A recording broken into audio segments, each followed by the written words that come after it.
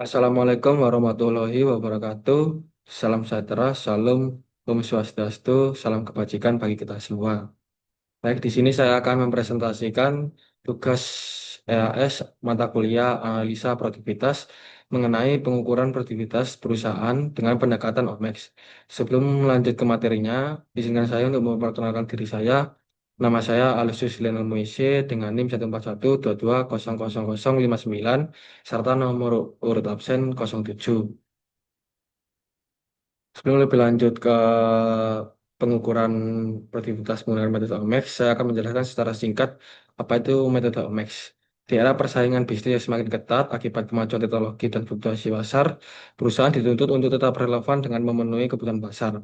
Hal ini tidak hanya memerlukan inovasi dan pengembangan produk, tetapi juga peningkatan produktivitas. Produktivitas mencakup tiga unsur utama. Yang pertama adalah efektivitas, efisiensi, dan kualitas, serta dihitung dari perbandingan antara input dan output yang dihasilkan.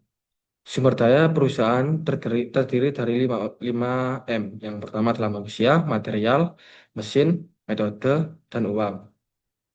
Untuk mengukurnya dapat digunakan metode OMEX yang merupakan pendekatan evaluatif berbasis kriteria dan bobot yang menghasilkan indeks produktivitas secara menyeluruh. Metode OMEX ini dikembangkan oleh James L. Riggs dengan menyatukan berbagai kriteria produktivitas dalam satu model yang saling berkaitan. Keunggulannya dalam metode ini yaitu metode yang sederhana, mudah diterapkan, tidak memerlukan keahlian khusus, serta menggunakan data yang mudah diperoleh. Omex ini sangat cocok digunakan untuk mengevaluasi produktivitas pada tingkat aktivitas perusahaan. Nah, di sini saya eh, ada contoh perusahaan yaitu PT Mahesa Raharja Nusantara yang merupakan perusahaan manufaktur yang bergerak di bidang teknologi otomotif. PT Mahesa Raharja Nusantara ini ingin melakukan analisa terhadap kinerja perusahaan selama 17 bulan terakhir dengan empat kriteria yang sudah ditentukan. Yang pertama adalah bahan baku, tenaga kerja, mesin, dan energi. Nah, yang pertama kita akan menentukan kriteria dalam pengukuran data-datanya. Di sini ada data dari empat kriteria. Yang pertama bahan baku, tenaga kerja, mesin, energi, mulai bulan Januari hingga bulan Mei periode kedua dengan output pada tiap bulannya. Contoh pada bulan Januari, kriteria pertama memiliki nilai 24.000 sekian dan kriteria dua 407 dan kriteria ketiga 270, kemudian kriteria 4 260 dan output yang dihasilkan selama bulan Januari yaitu 113,4.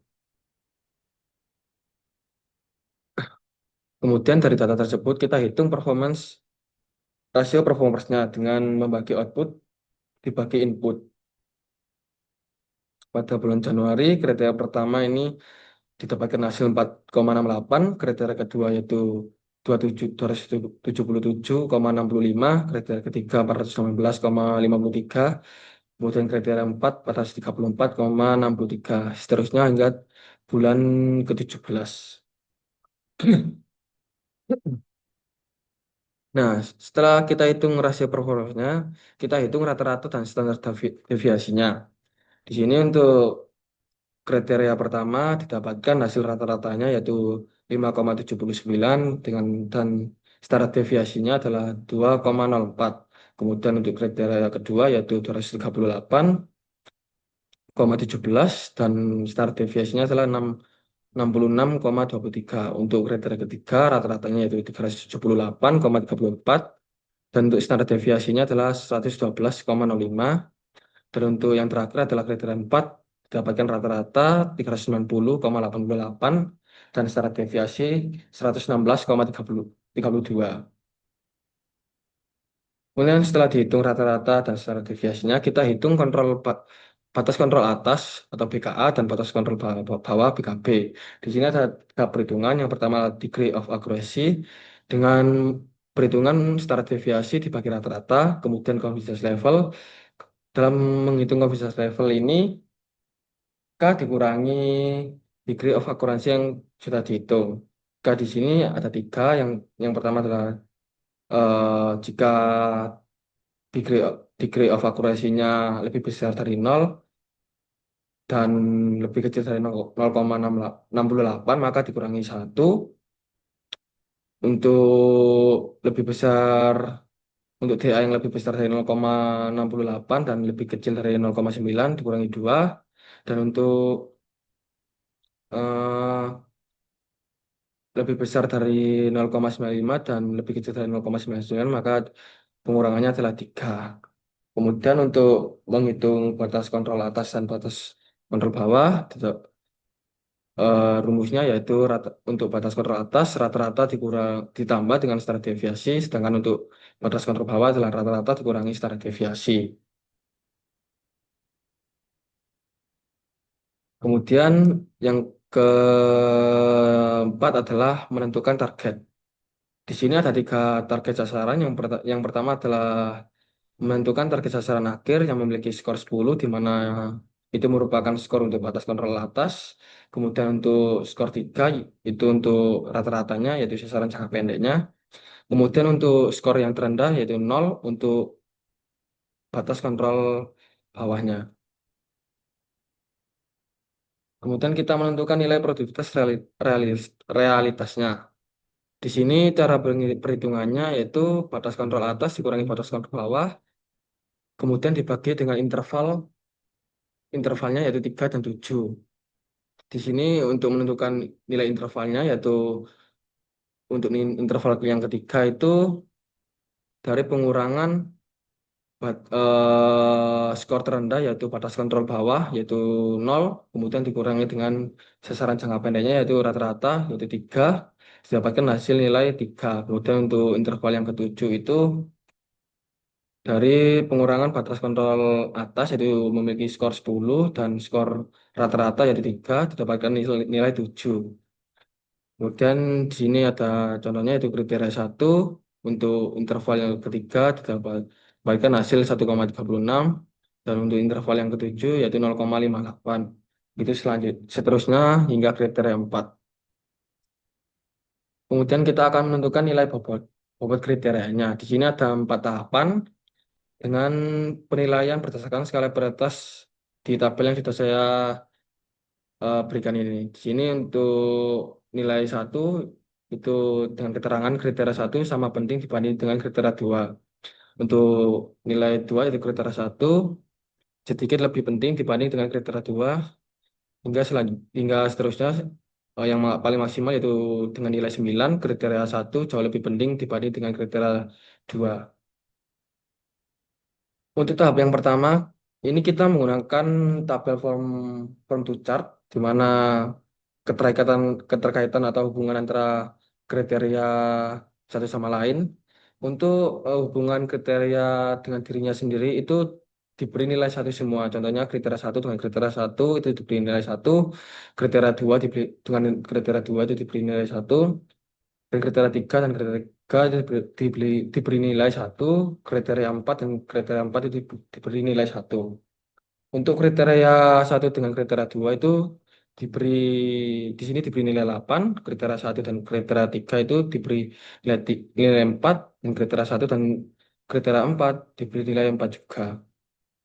Kemudian pada tahap kedua ini mengisi skala prioritas di hubungan sebaliknya. Contohnya, kriteria satu pada tahap pertama itu memiliki skala prioritas dengan kriteria 2 itu dengan nilai 8. Jadi untuk pada tahap 2 kriteria 2 dengan kriteria satu itu 1/8. Kemudian contohnya lagi untuk kriteria satu dengan kriteria 3 pada tahap pertama ini memiliki nilai 4. Di tahap kedua kriteria 3 dengan kriteria satu maka didapatkan nilai 1/4. Kemudian dilanjutkan pada tahap ketiga di sini skala atau nilai skala prioritasnya itu dijadikan nilai desimal. Setelah dijadikan nilai desimal semua maka dijumlahkan dari masing-masing kriterianya. Kriteria satu dengan jumlah 1,63, kriteria 2 9,42, kriteria 3 yaitu 11, kriteria 4 adalah 14. Kemudian pada tahap 4 kita menghitung masing-masing kriterianya. Contohnya perhitungan untuk kriteria satu dan kriteria satu di sini pada tahap ketiga kriteria satu dan kriteria satu itu memiliki nilai yaitu satu. Kemudian dibagi dengan jumlahnya yaitu 1,63 didapatkan hasil 0,62 seterusnya sampai kriteria 4. Kemudian contohnya lagi untuk kriteria satu dan kriteria 2. Kriteria 2 pada tahap 3 memiliki nilai 8, kemudian dengan dibagi dengan jumlahnya itu 9,42 didapatkan hasil 0,85 hingga seterusnya sampai kriteria 4 ke bawah. Kemudian setelah didapatkan hasil kriteria satu dan sampai sampai kriteria 4 maka semua ditotal. Untuk kriteria satu di sini didapatkan total 2,11 dengan bobot yaitu 0,53. Bobot ini dari pembagian 2,11 dengan jumlah kriteria. Di sini kriterianya ada 4, jadi dibagi 4. 2,11 dibagi 4 dapatkan 0,53. Bobot ini harus jika dipresentasikan atau dijumlahkan harus 100%. Di sini bobot sudah mencapai 100%. Baik, setelah kita menentukan batas kontrol atas, average atau rata-rata, batas kontrol bawah, kemudian bobot yang sudah kita hitung tadi, maka kita akan menentukan skor dari skala. Di sini saya memberikan dua contoh dari bulan Januari dan bulan Desember. Contoh pertama pada bulan Januari, kita inputkan atau masukkan hasil perhitungan rasio performance di skala ini. Contohnya untuk kriteria satu yaitu 4,68, kriteria 2 277,65, kriteria 3 418,53, dan kriteria 4 434,63. Kemudian kita tentukan skornya dari masing-masing kriteria. Di sini skor untuk kriteria satu yaitu 5, kriteria 2 yaitu 8, kriteria ketiga yaitu 8, kriteria 4 juga 8. Kemudian setelah kita menentukan skornya, kita mengalihkan skor dengan bobot atau weights-nya. Di sini weight-nya sudah kita hitung. Untuk bobot kriteria pertama itu 0,53, bobot kedua kriteria kedua adalah 0,24, bobot kriteria ketiga yaitu 0,12 dan kriteria keempat adalah 0,11. Kemudian kita kalikan dengan skornya, didapatkan hasil kriteria satu 2,64 dan kriteria 2 yaitu 1,95 dan untuk kriteria ketiga 0,97 dan untuk kriteria 4 0,85 dan kita totalkan semua value-nya. Di ini didapatkan total untuk bulan Januari yaitu 6,41. Begitu juga dengan Desember sama kita inputkan rasio performanya, kemudian kita tentukan skornya, kemudian dari skor itu kita kalikan dengan value-nya, kemudian dari value itu kita totalkan. Begitu untuk bulan-bulan yang kita akan hitung selama 17 bulan yang kita analisa. Setelah menghitung setelah kita mendapatkan value-nya, kita eh, kita menentukan pencapaian kerja dengan mengerekap dari total value yang tadi untuk dibuatkan grafik untuk melihat pencapaian kerjanya. Di sini terjadi penurunan kerja namun kemudian meningkat lagi yaitu di bulan Januari, Februari, Maret, April, April ke Mei, Juli ke Agustus, September ke Oktober, Oktober ke November, Desember ke Januari periode kedua, Februari Februari periode kedua ke Maret periode kedua, kemudian Maret periode kedua ke April periode kedua. Setelah kita membuat grafik, berdasarkan grafik kita eh, hitung indeks produktivitasnya. Di sini untuk menghitung indeks produktivitasnya itu indikator performasi saat ini dikurangi dengan indikator performasi periode sebelumnya dibagi dengan indikator performasi periode sebelumnya. Contohnya pada bulan Januari yang mana itu indikator performasi periode sebelumnya memiliki value atau total value 6,94 dan untuk indikator performasi periode saat ini pada bulan Februari 8,30. Di mana kita menghitung caranya yaitu 8,30 dikurangi 6,94 kemudian dibagi dengan 6,94. Maka akan didapatkan indeks produktivitasnya yaitu 0,20 di mana itu merupakan performance indikator untuk bulan Februari yaitu 0,20. Begitu selanjutnya di mana kita menghitung hanya periode-periode yang mengalami peningkatan.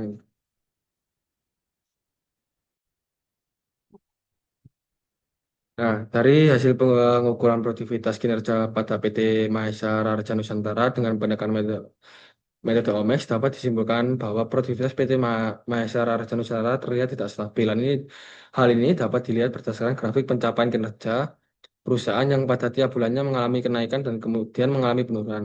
Namun, dari indeks produktivitas ada beberapa periode yang mengalami kenaikan yang cukup tinggi setelah terjadi penurunan, sehingga kondisi tersebut bisa dijadikan acuan dan evaluasi untuk mengetahui faktor apa yang membuat produktivitas perusahaan meningkat. Begitu juga sebaliknya, untuk penurunan dapat dilakukan identifikasi faktor atau aspek apa yang kurang optimal sehingga terjadi penurunan produktivitas.